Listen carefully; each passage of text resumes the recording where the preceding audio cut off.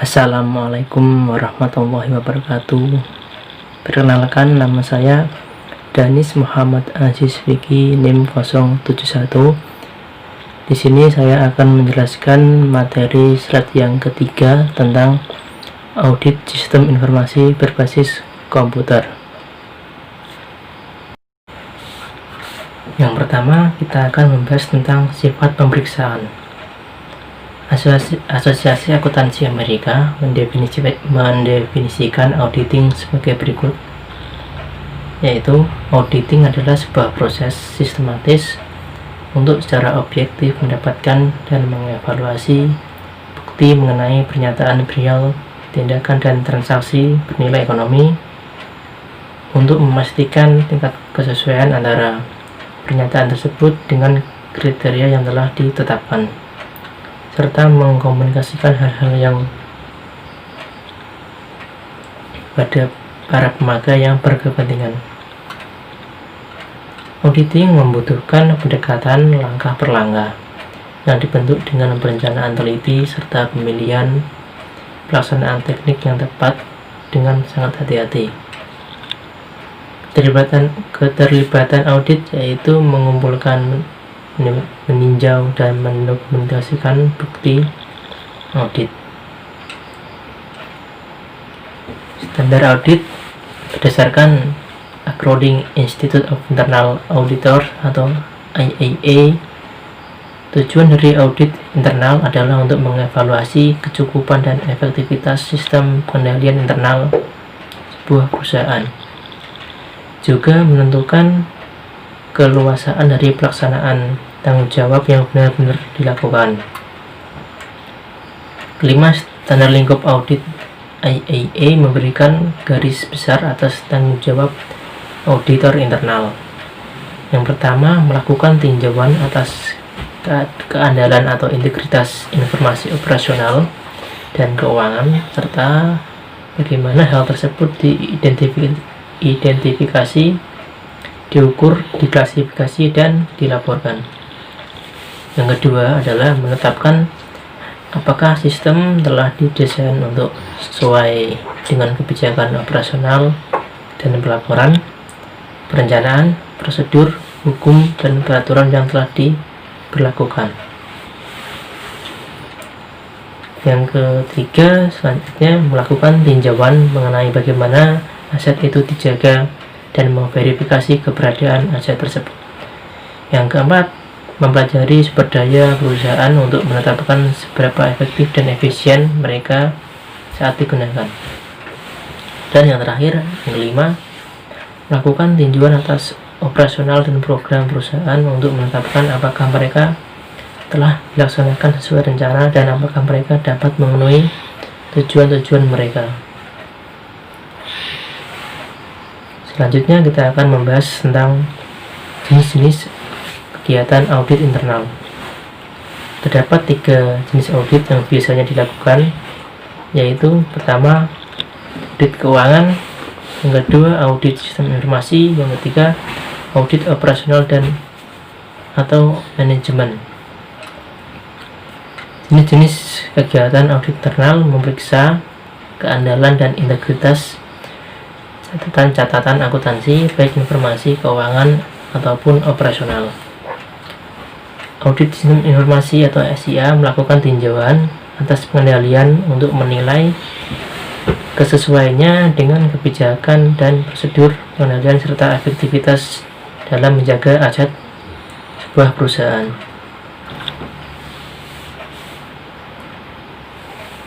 Jenis-jenis kegiatan audit internal. Audit operasional atau manajemen berkaitan dengan penggunaan secara ekonomis dan efisien terhadap sumber daya serta pencapaian sasaran dan tujuan yang telah ditetapkan. Tujuan menyeluruh proses audit menggunakan urutan kegiatan yang hampir sama hingga dapat dibagi menjadi dalam 4 langkah bagian. Yang pertama, merencanakan audit, kedua, mengumpulkan bukti audit, ketiga, mengevaluasi bukti audit, dan keempat, mengkomunikasikan hasil audit. Tinjauan menyeluruh proses audit adalah merencanakan audit, tetapkan lingkup dan tujuan, organisasi tim audit, kembangkan pengetahuan mengenai operasional bisnis, tinjauan hasil audit sebelumnya, dan identifikasi faktor risiko, dan siapkan program audit. Tinjauan menyeluruh proses audit, mengumpulkan bukti audit, pengamatan atas kegiatan operasional, tinjauan dokumentasi, berdiskusi dengan para pegawai dan kuesioner, pemeriksaan fisik aset, pembuktian dengan dokumen sumber, review analitis, dan pengambilan sampel audit. Tinjauan menyeluruh proses audit yaitu mengevaluasi bukti audit. Pertama, nilai kualitas penilaian internal, nilai keandalan informasi, nilai kinerja operasional, pertimbangan kebutuhan atas bukti tambahan, pertimbangkan faktor-faktor risiko, pertimbangkan faktor material, dan dokumentasikan penemuan audit.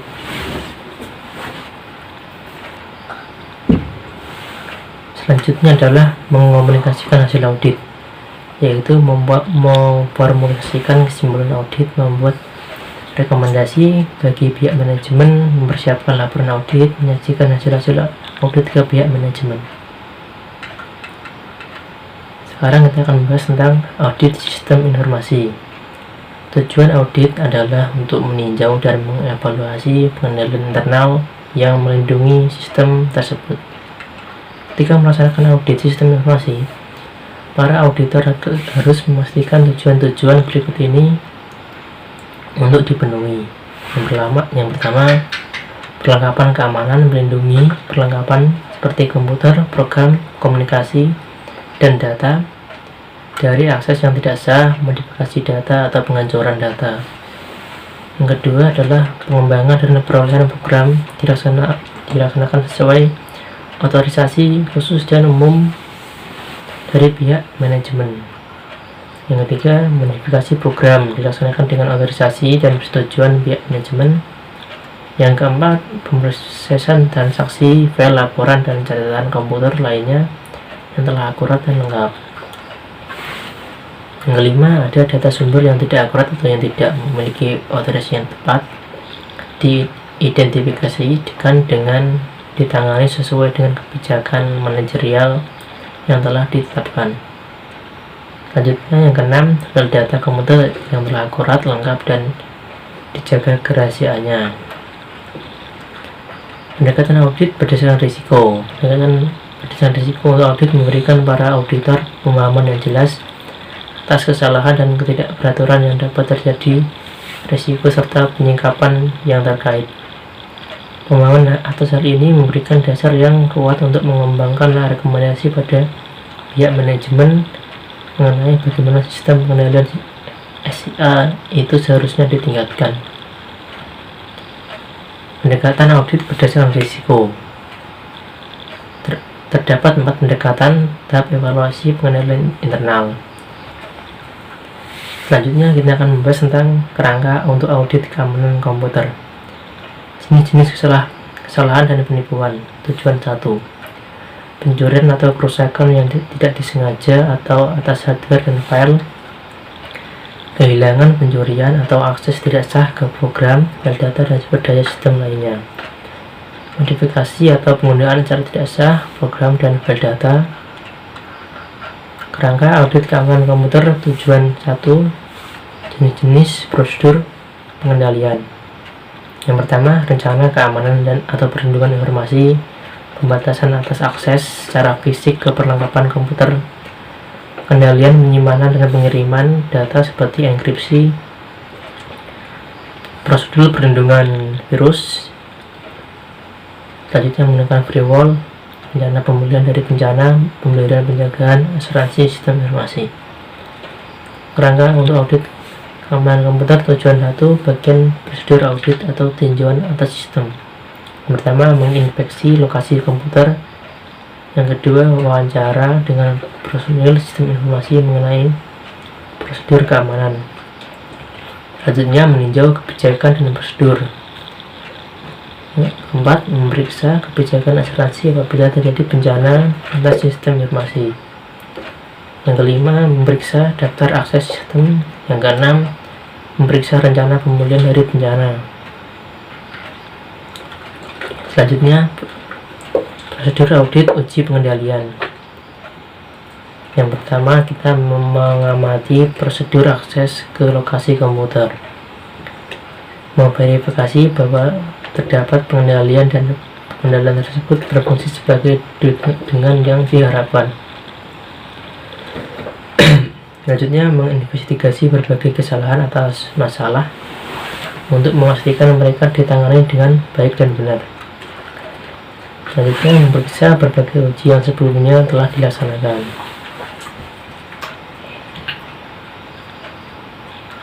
Selanjutnya, di pengendalian dan pengimbang. Yang pertama, kebijakan yang baik dalam hal personalia. Yang kedua, penggunaan pengendalian secara efektif. Yang ketiga, pemisahan pekerjaan yang tidak bisa disatukan. Kerangka untuk audit pengembangan program tujuan yang kedua. Pertama, jenis-jenis kesalahan dan penipuan, yaitu kesalahan pemrograman yang tidak disengaja, kode program yang tidak sah. Jenis-jenis prosedur pengendalian, yaitu otorisasi manajemen atas pengembangan program dan persetujuan untuk spesifikasi pemrograman, persetujuan pemakai atas spesifikasi program, pengujian keseluruhan atas program yang baru, pengujian penerimaan oleh pemakai, dokumentasi yang lengkap. Selanjutnya, prosedur audit tinjauan atas sistem tujuan kedua, tinjauan independen dan bersama atas proses pengembangan sistem, tinjauan prosedur dan kebijakan pengembangan atau kesalahan sistem. Yang ketiga, tinjauan otorisasi sistem dan prosedur persetujuan. Yang keempat, tinjauan atas standar yang evaluasi pemrograman. Yang kelima, tinjauan atas standar dokumentasi program. Yang keenam, tinjauan atas pengujian program dan prosedur persetujuan pengujian.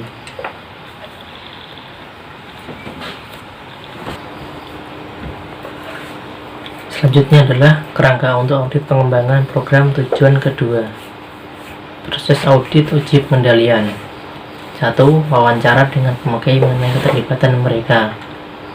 2. Tinjauan atas notulen rapat tim pengembangan untuk mendapatkan bukti keterlibatan.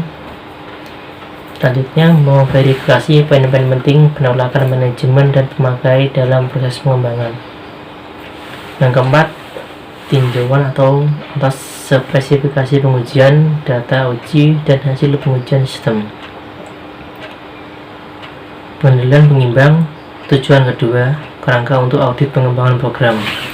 Yang pertama, pengendalian pemrosesan yang kokoh atau kuat. Yang kedua, pemrosesan secara independen dan data uji oleh auditor. Selanjutnya adalah kerangka untuk audit prosedur modifikasi program tujuan ketiga. Jenis-jenis kesalahan dan penipuan.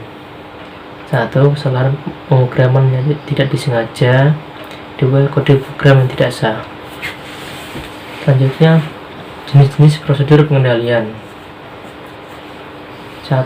Daftar berbagai komponen program yang akan dimodifikasi.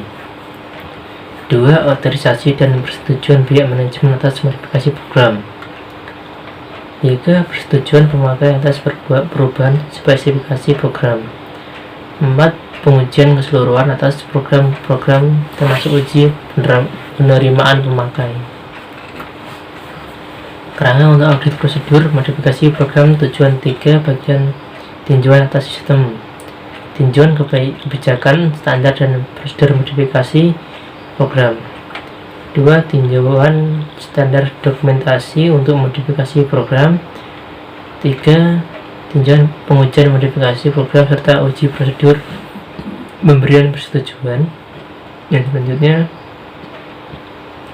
diskusi kebijakan dan prosedur modifikasi program dengan pihak manajemen, memakai sistem dan personil sistem informasi.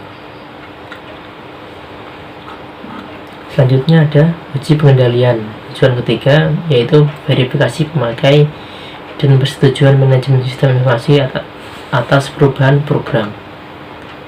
Kedua, verifikasi pemakai mengenai keterlibatan dalam perencanaan dan implementasi sistem. Yang ketiga, memverifikasi poin-poin penting penolakan manajemen dan pemakai dalam proses pengembangan. Selanjutnya, tinjauan atas notulen rapat tim pengembangan untuk mendapatkan bukti keterlibatan. Selanjutnya lagi, tinjauan atas spesifikasi pengujian, data uji, dan hasil dari pengujian sistem. Pengendalian pengimbang kerangka untuk auditor prosedur modifikasi program. Tujuan ketiga, yang pertama, pengendalian proses yang bagus. Yang kedua, uji audit independen untuk perubahan program yang tidak sah atau yang salah. Selanjutnya yang keempat, kerangka untuk melakukan audit pengendalian komputer. Tujuan keempat, yaitu pertama, jenis-jenis kesalahan dan penipuan. Kegagalan untuk mendeteksi input data yang salah, tidak lengkap, atau tidak sah. Kedua, kegagalan untuk memperbaiki kesalahan yang ditandai dengan prosedur edit data yang tepat. Yang selanjutnya, masuknya kesalahan dalam file atau database selama pembaruan data. Jenis-jenis prosedur pengendalian. Tujuan keempat, pertama, rutinitas edit data komputer. Kedua, penggunaan dengan benar label file eksternal dan internal. Ketiga, prosedur perbaikan kesalahan yang efektif. Keempat, daftar dan ringkasan perubahan file yang disiapkan untuk tujuan atas departemen pemakai. Kita akan selanjutnya yaitu tinjauan sistem prosedur audit. Tujuan keempat, pertama, meninjau dokumentasi administratif untuk standar pengendalian pemrosesan. Selanjutnya mengamati operasional dan fungsi pengendalian data. Meninjau salinan daftar kesalahan, laporan, jumlah total batch, dan daftar perubahan file. Kita akan ke proses audit uji pengendalian. Tujuan keempat, yang pertama, mengevaluasi kecukupan dan kelengkapan pengendalian edit data, memverifikasi kepatuhan pada prosedur pengendalian pemrosesan dengan cara mengamati operasional komputer dengan fungsi pengendalian data. Yang ketiga, menelusuri pengaturan sampel kesalahan yang ditandai oleh rutinitas edit data untuk memastikan adanya penanganan yang tepat. Yang keempat, mengawasi sistem pemrosesan online dengan menggunakan teknik audit bersamaan. Selanjutnya adalah pengendalian pengimbang kerangka untuk melakukan audit pengendalian pemrosesan komputer. Tujuan keempat, yaitu pengendalian yang kokoh terhadap pemakai dan pengendalian data sumber yang efektif. Selanjutnya untuk kerangka audit pengendalian data sumber. Tujuan kelima, jenis-jenis kesalahan dan penipuan, yaitu yang pertama, data sumber yang tidak akurat. Yang kedua, data sumber yang tidak sah. Selanjutnya, jenis-jenis prosedur pengendalian. Yang pertama, otorisasi pemakai atas input data sumber. Penanganan input data sumber secara efektif oleh personal pengendalian data. Mendaftar penerimaan perpindahan dan pemrosesan input data sumber. Penggunaan dokumen yang dapat dikirim kembali. Selanjutnya, tinjauan sistem. Tujuan kelima, prosedur audit untuk audit pengendalian data sumber. Selanjutnya yang kelima, untuk kerangka untuk audit pengendalian data sumber. Tujuan kelima, yang pertama, prosedur audit uji pengendalian. 1. Mengamati dan mengevaluasi jalannya departemen pengendalian data dan prosedur pengendalian data tertentu. 2. Merekonsiliasi sebuah sampel, jumlah, total batch, dan menindaklanjuti penyimpangan. Yang ketiga, memeriksa beberapa sampel data sumber akuntansi dalam hal keberadaan otorisasi yang memadai. Selanjutnya adalah pengendalian pengimbang. 1. Pengendalian pemrosesan yang kokoh. 2. Pengendalian yang kokoh terhadap pemakai. Selanjutnya kita ke tujuan yang 6 tentang kerangka untuk audit pengendalian informasi file data. Maksud kami pengendalian file data. Jenis-jenis kesalahan dan penipuan. 1. Memodifikasi atau mengungkapkan yang tidak sah atas data yang disimpan. 2. Penghancuran atas data yang disimpan akibat kesalahan yang tidak disengaja, kegagalan fungsi hardware atau software, dan tidak sengaja untuk melakukan sabotase dan vandalisme. Yang selanjutnya adalah jenis-jenis prosedur pengendalian tujuan ke-6. Pertama, pengendalian pembaruan bersamaan. Kedua, penggunaan sesuai atas label file dan mekanisme write protection. 3. Penggunaan software perlindungan virus. Selanjutnya, prosedur audit tinjauan sistem tujuan ke-6. Memeriksa rencana pemulihan dari bencana, mendiskusikan prosedur pengendalian file data dengan para manajer dan operator sistem. Yang ketiga, meninjau kebijakan prosedur akses logika. Yang keempat, meninjau dokumentasi atau fungsi-fungsi operasional perpustakaan online. Yang keenam, yang selanjutnya yaitu tujuan uji pengendalian tujuan ke-6,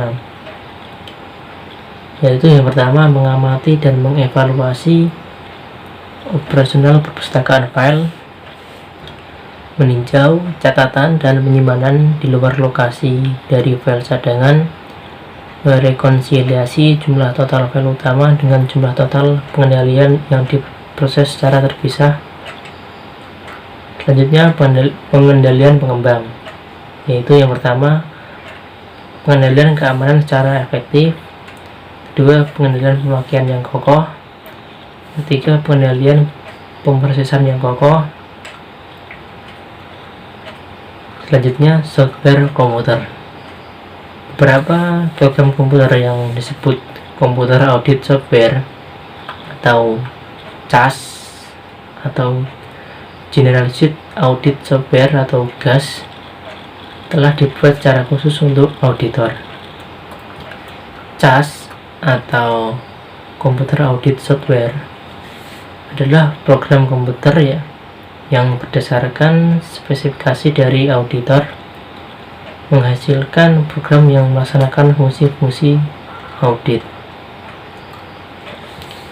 Selanjutnya kita ke pemakaian software komputer.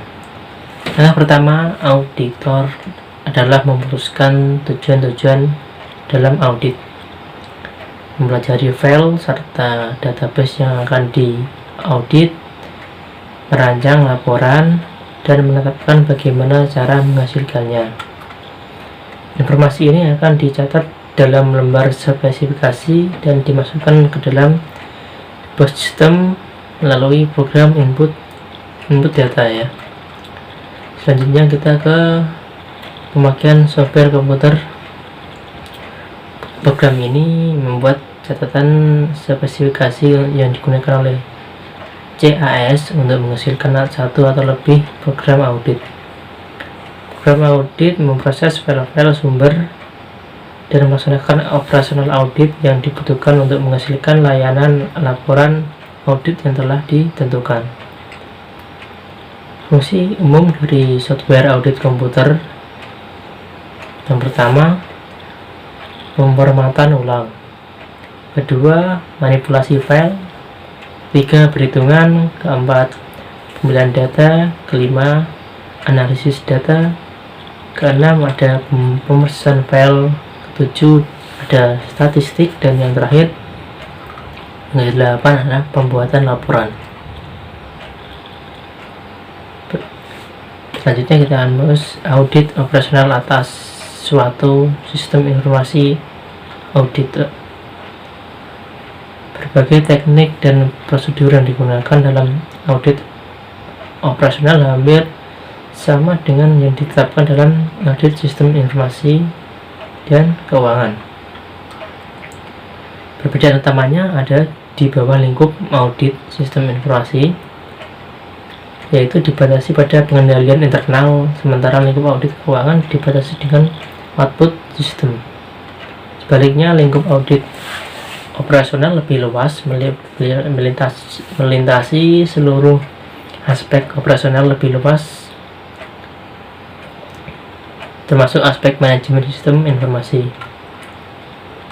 Tujuan audit operasional mencakup faktor-faktor seperti efektivitas, efisiensi, dan pencapaian tujuan.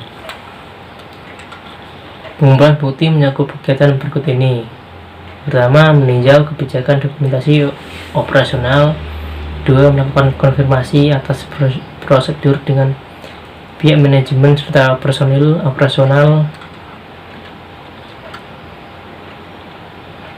Dan selanjutnya kita akan prosedur pengumpulan bukti dalam audit operasional atau suatu SIA. Contoh misalnya, pertama, mengamati fungsi-fungsi dari kegiatan operasional. 2. Memeriksa rencana laporan keuangan secara operasional. 3. Menguji informasi secara operasional. Selanjutnya, menguji pengendalian. Sekian dari saya. Di kesempatan ini saya bisa menyampaikan materi AUSI tingkat ketiga. Sekian, assalamualaikum warahmatullahi wabarakatuh.